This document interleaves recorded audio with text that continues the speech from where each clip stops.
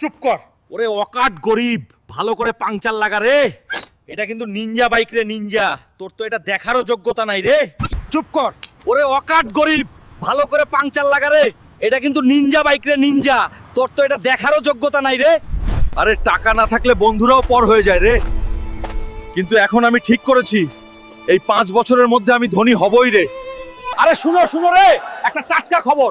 গাইবান্ধায় ট্রেনের ব্রিজ ভেঙে গেছে। যে ট্রেনকে পড়ে যাওয়া থেকে বাঁচাতে পারবে তাকে সরকার থেকে 700 কোটি টাকা দেওয়া। কি 700 কোটি? আমি বাঁচাবো ট্রেনটাকে তাই ভাঙা ব্রিজ থেকে রে, আর নিয়ে নেব সরকারের পুরো 700 কোটি। কেউ আছে নাকি যে ট্রেনটা পড়ার থেকে বাঁচাতে পারবে রে? আমি বাঁচাবো মানুষের জীবন রে। বন্ধুরা, লাইক আর সাবস্ক্রাইব করে শক্তি দাও, যাতে আমার শরীর আরো শক্তিশালী হয়। ট্রেনটি বাঁচানোর জন্য আমি পেয়ে গেলাম 700 কোটি টাকা। আরে ম্যানেজার, এই নাও 500 কোটি।